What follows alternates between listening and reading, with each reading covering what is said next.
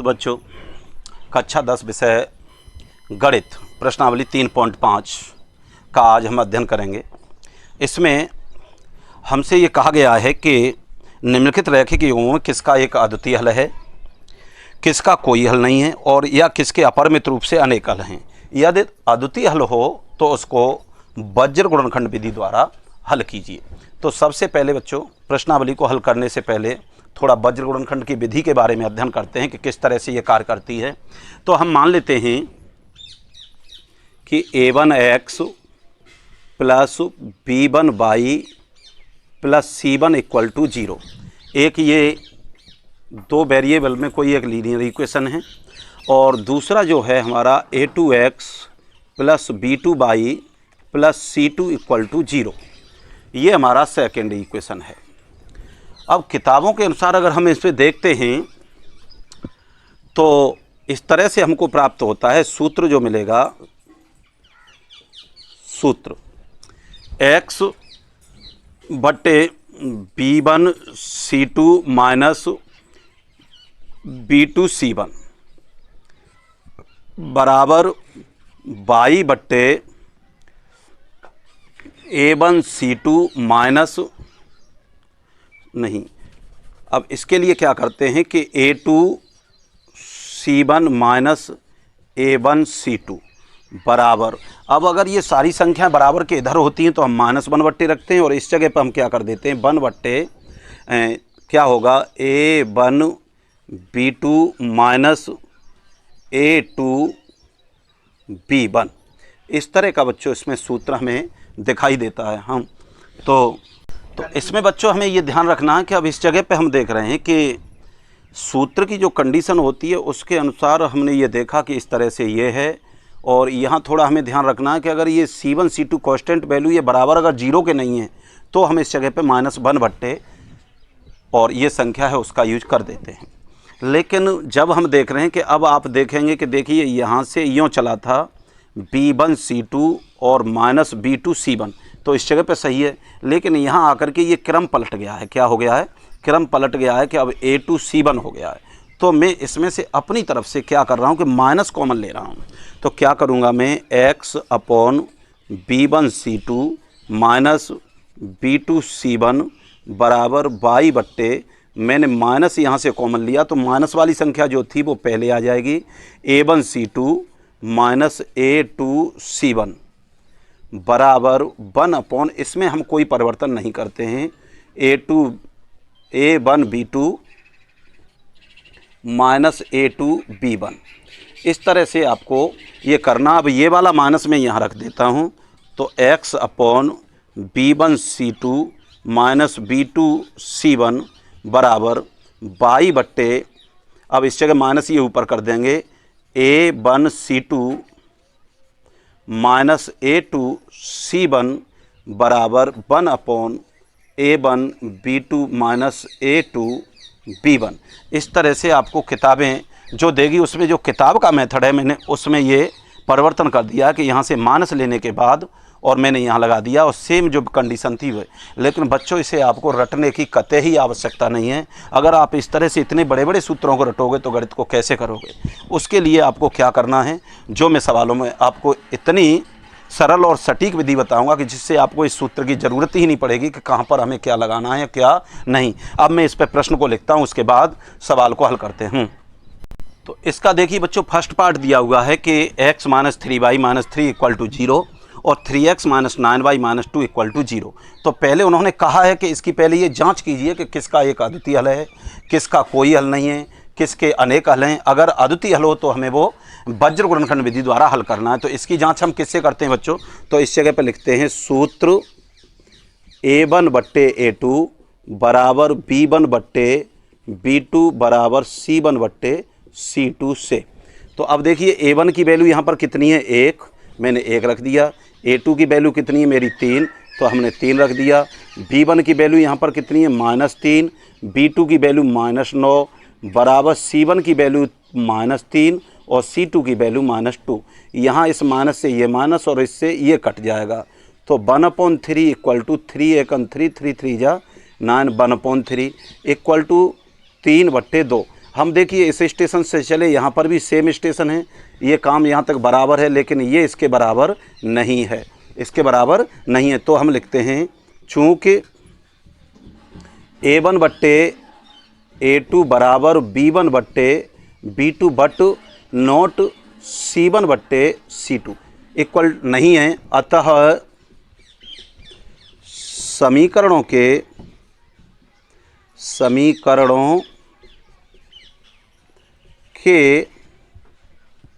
या के की जगह पर हम का कोई हल नहीं है। इस समीकरण का तो कोई हल नहीं है, इसलिए हमने इसमें वज्र गुणनखंडी का प्रयोग नहीं किया, वज्र गुणनखंड जो विधि है उसका प्रयोग नहीं किया है। अब इसको हम साफ करते हैं, इसके बाद आगे देखते हैं।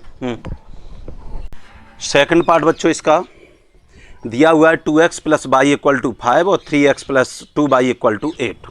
अब इसकी पहले हम जांच कर लेते हैं। तो सूत्र A1 बट्टे A2 बराबर B1 बट्टे B2 बराबर C1 बट्टे C2 से A1 की वैल्यू 2, A2 की वैल्यू हमारी कितनी है 3, B1 की वैल्यू इस जगह पे 1 है तो 1, और B2 की वैल्यू कितनी है हमारी 2, और ये हो जाएगा C1 बट्टे C2 की वैल्यू 8 है। हम बच्चों देख रहे हैं कि ये दोनों ही मान बराबर नहीं हैं, तो इस जगह पे लिख देते हैं कि A1 बट्टे A2 does not equal to B1 बट्टे B2, अतः निकाय का एक अद्वितीय हल है। क्या है? अद्वितीय हल है। अब इसमें हम देख रहे हैं बच्चों कि अब इसमें हमें क्या लगानी है, वज्र गुणनखंड विधि। तो आपको मैंने ये बताई थी, इस तरह से देखो रखते हैं, इस जगह पर रख लिया x बट्टे। अब आपको क्या करना है कि इनके लिए छोटे छोटे मकान बना देने हैं, ये घर। अब ये इस तरह से मैंने 2 घरों का निर्माण कर दिया। अब इस घर का मेंबर जब इसको जाएगा तो ये नदी बह रही है, इसके लिए माइनस लगा दिया, मैंने पुल बना दिया है। इसके बाद यहाँ मैंने आपको बताया था कि माइनस लगाते हैं, तो इस जगह पे मैंने माइनस लगा दिया और इस जगह पर कर दिया बाई बट्टे। इसके लिए भी मैंने इस तरह से यूँ करके मकान बना दिए और इस तरह से इनके बीच में माइनस लगा दिया है, बराबर। अब कहानी इस जगह पर भी टर्न लेगी बच्चों। मैंने यहाँ पर 1 बट्टे रखा था, ये लेकिन कब रखा था कि जब ये बराबर 0 था। क्या था? जब बराबर 0 था। लेकिन यहाँ तो ये 0 बराबर नहीं है, इसलिए यहाँ पर हम रखेंगे -1 बट्टे, और इस जगह पर भी हम क्या कर देते हैं, छोटे छोटे मकानों का निर्माण कर और इनके बीच में पुल बना देते हैं। इतना सब कुछ करने के बाद अब आपको कुछ नहीं करना है। अगर हम x की वैल्यू को फाइंड कर रहे हैं तो ये x वाला टर्म बिल्कुल दबा दो। इस जगह पे हम दबा देते हैं, अब डस्टर नहीं है, इस जगह पे अगर हम इसको दबा देते हैं तो इस जगह पे आप देखेंगे कि केवल ये कितना बचा, 1, 2 और 5 और 8 यही दिखाई दे रहे हैं। हमें इनके कोफिशिएंट लेते हैं, y और x को नहीं लेना है। अब इसका देखो यहाँ से यूँ लाओ, इस तरह से मल्टीप्लाई करो, तो 1 का गुणा 8 से करेंगे तो 8 एकन 8, माइनस लगा हुआ है, कुछ नहीं करना है आपको, 2 पंजे 10। ये देखिए x की गणना हो गई है हमारी। क्या हो गई? x की। अब हमें निकालना है y का। तो अब y में भी हमें कुछ नहीं करना है, इस y को इस तरह से हाइड कर देना है। अब इस जगह पर कितना बचेगा, 2, इस जगह पर है 3, और इस जगह पर 5, और इस जगह पर कितना है, 8। हमने ये माइनस लिया, बाहर ले लिया, इसलिए अब गणना हमारी यहाँ पर भी इसी तरह से होगी। ऐसे लो, इस तरह से रख दो। तो अब देखो 8 दूनी 16 और -5 15, ये हो गया। अब हम आते हैं बन के लिए। तो बन के लिए अचर राशियों को इस तरह से दबा दो। इनको जब हम ऐसे दबा देंगे तो कितना बचेगा, 2, 3 और 1 और 2। इसमें भी आपको केवल 4 का अक्षर बनाना सीधे। तो देखो 2 दूनी 4 और 3 एकन 3। यहाँ तक आपकी समझ में आ गया होगा। आगे हल करते हैं तो x अपॉन, अब ब्रैकेट को हटा देते हैं, 8 माइनस ये कितना होगा 10 इक्वल टू ऊपर -y बट्टे 16 - 15 इक्वल टू -1 अपॉन 4 - 3। आगे और हल करते हैं तो x अपॉन ये कितना बचेगा, -2 माइनस y बट्टे 1 इक्वल टू -1 अपॉन 1। अब ये दोनों चीज़ इक्वल हैं, इसलिए इनको बराबर रख देते हैं। x upon -2 equal to -1 upon 1 और -y upon 1 equal to minus 1/1।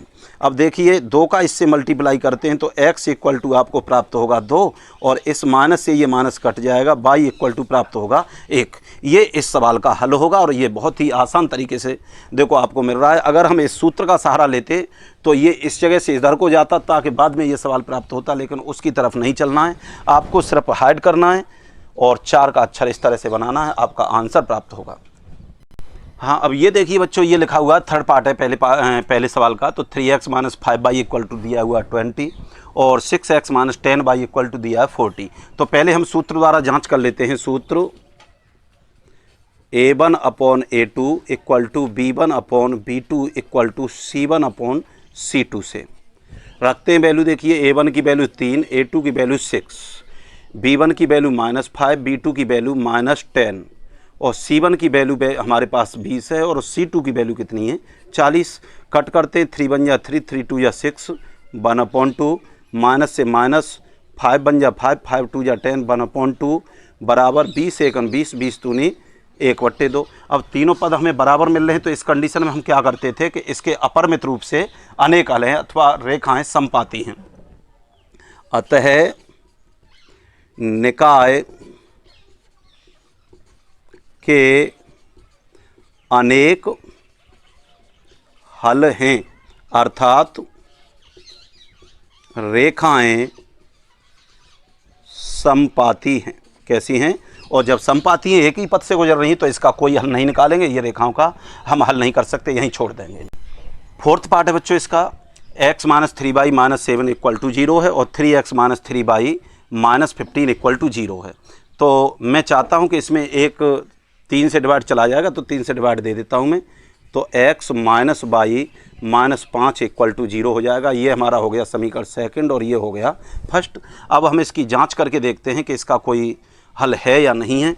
तो देखिए a1/a2 बराबर b1/b2 बराबर c1/c2 से a1 की वैल्यू देखिए 1, a2 की वैल्यू 1, b1 की वैल्यू हम देख रहे हैं -3 और b2 की वैल्यू -1 इक्वल टू c1 की वैल्यू -7 है और c2 की वैल्यू -5 इक्वल टू क्या हो जाएगा हमारा, इसे करना नहीं है, माइनस से ये माइनस कट गया तो 1/1 डज नॉट इक्वल टू 3/1 बराबर क्या होगा कि अतः एक